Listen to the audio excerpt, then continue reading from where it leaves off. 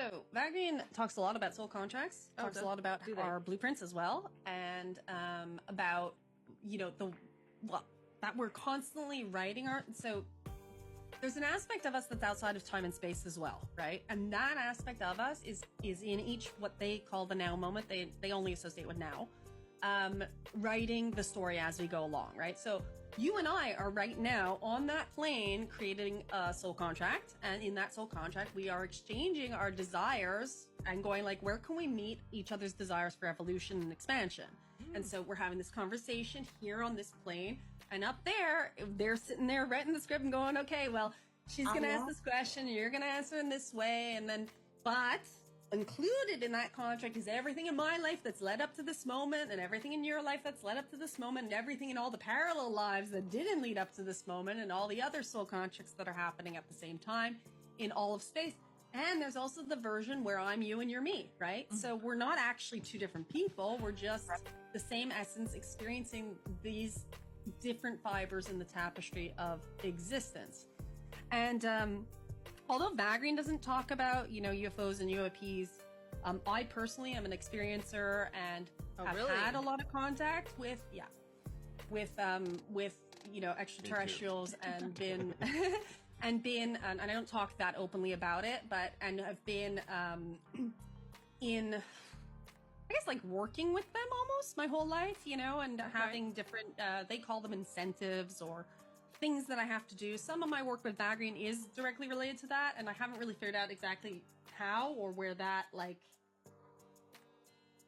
I almost feel like, when I was a kid, almost like my biological beingness was engineered to be able to do this. And then I was also trained as a child. And there was the period of not, knowing. So there is that connection with the energy that's Vagrein that I think was partially part of that particular contract and some other things that have happened. And the aliens or the beings that I'm in contact with, because alien, isn't really the correct term. Yeah. But they're very much already aware of a lot of what Vagrein teaches, right? And very much already aware because of the evolution of their societies and civilizations and the things that they want to do with us and the love that they want to share with us, because I do believe it is love related, and I do believe there's a deep level of benevolence in terms of that and respect, right? So the interesting thing about being human and interacting with other species who are perhaps more evolved on a consciousness level or on at least an emotional love level is that they love us so much, the same way a parent loves a child so much that they will let them run around the playground and scrape their knees and have a scuffle with their little friends and figure it out on their own, right? Mm-hmm. So we really do have these beings who are like, well, we hope they grow up big and strong and don't kill themselves in the meantime, and they're just sitting there like worried parents. And who will intervene when we're misbehaving to certain levels. But for the most part, we're kind of left on our own to figure it out and to come to these choices, right? Yeah. And there's some poignancy, I think, on a personal level for me right now, and probably past maybe 4 or 5 months, right? I have I have very clear my mission. I'm here to share this message and to toe the line and stay the course with... Yeah. I really believe that, we can make it. But my foundation has been shaken a little bit with current events and with things going on. And this is why yesterday I was so happy when they were like, you're just in an advanced course, don't worry. It was because I was like, oh my God, am I losing my faith? Am I losing faith in humanity? Am I going to accidentally law of attraction in all the negative thoughts I'm having about people, right? And yesterday they were like, no, don't worry. We're training you to be able to teach this after. And I was like, okay. Wow. So we are really more and more every day being given the opportunity and the invitation to choose who we want to be, right?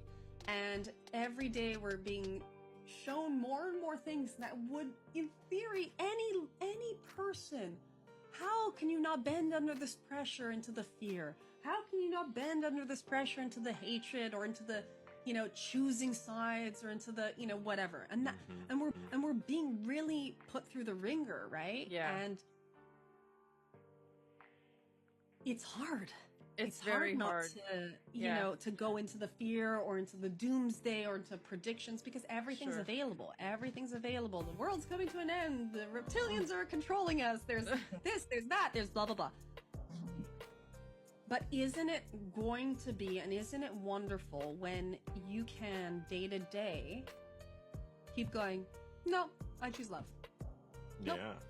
That goes back to law of attraction too. Oh, right. Yeah. And how beautiful is that? And it's always a choice. What else would you have chosen for yourself? Like, what other storyline? You wouldn't have, I don't know. You know, there were some really good sitcoms on the 90s, right? But we kind of got bored of sitcoms, and now we want these action adventure, apocalypse end of the world zombie situations where you can really be a hero, right? So, we're being asked, like, do we really believe what we say we believe? And I think it's a great opportunity to, you know, get into action, really. Right. And love despite whatever's going on. Yeah. I love that. And putting it into action really does put you more in the now moment. I think it's like it automatically, because you start observing yourself, and I don't know, in a way that slows down. So when you do make your human mistakes, you're more aware of them. Yeah. And I don't know, it's just this whole cycle, but it becomes exciting and fun, and you start interacting, and you see the good signs, you know, you see the good things start to happen with the change mindset and training yourself. Well, you see it inside yourself, you know, like you can, you know, one day you wake up and you look at maybe an experience that's happened or a disagreement you've had with someone, and you didn't mean to handle it with grace. You didn't mean to handle it in a loving way. You know, maybe there was a part of you who's going, oh, that little jerk, I can't stand them. And, you know, you're inside, but you did somehow act in the way that you had always said you would hope the world would be. Yeah. And then you can kind of go like, oh, well, if I can handle that, then I can handle this other little thing. And actually, you know what? I don't need to get so upset about these things. I don't need to worry so much. And you do end up having that, like, that pleasure of... It's a freedom. Like, like what you were saying with what you experience and what you get from it. Like, I feel like I get residual from listening to the, you know, awesome messages that the channelers, yourself, and others share. That what I get from near-death, like, there's, you know, Embraced by the Light, you know, by Betty J.E. Like, I sensed that was my first, like, introduction basically to near-death experience, but I've always felt like I've been embraced by the light. Like, it did something to me through opening my mind to all of that, and it just all makes so much sense. And I feel like it ties in really well with what you said earlier about letting go, because it's like, you know, when you're in fear, you're constantly having to defend yourself or feel like you need to grab and hold on to things because of the fear of them not being there anymore. But I wanted to also thank you and acknowledge the fact that you said that you're an ET experiencer. Now, we all mentioned that we were part of the UAP Society, so I have to ask this question since I've got you on.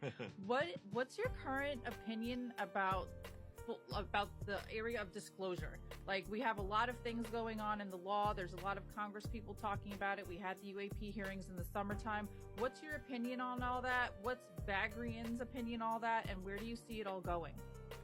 So I don't think anything is, from what I understand, it's all, even the whole argument, like the whole conversation around disclosure is simply conversation at this point, in that, yes, there are people who have known and who do know more and haven't shared that openly. And none of it is not orchestrated in terms of everything, in terms of what the actual aliens want us to know at this point is exactly on the right timeline. Everything's perfect in the right timeline, including those who want more disclosure, including those who are advocating, so it's not like, oh, we should keep everything under wraps for the rest of forever. It's our human game in this particular story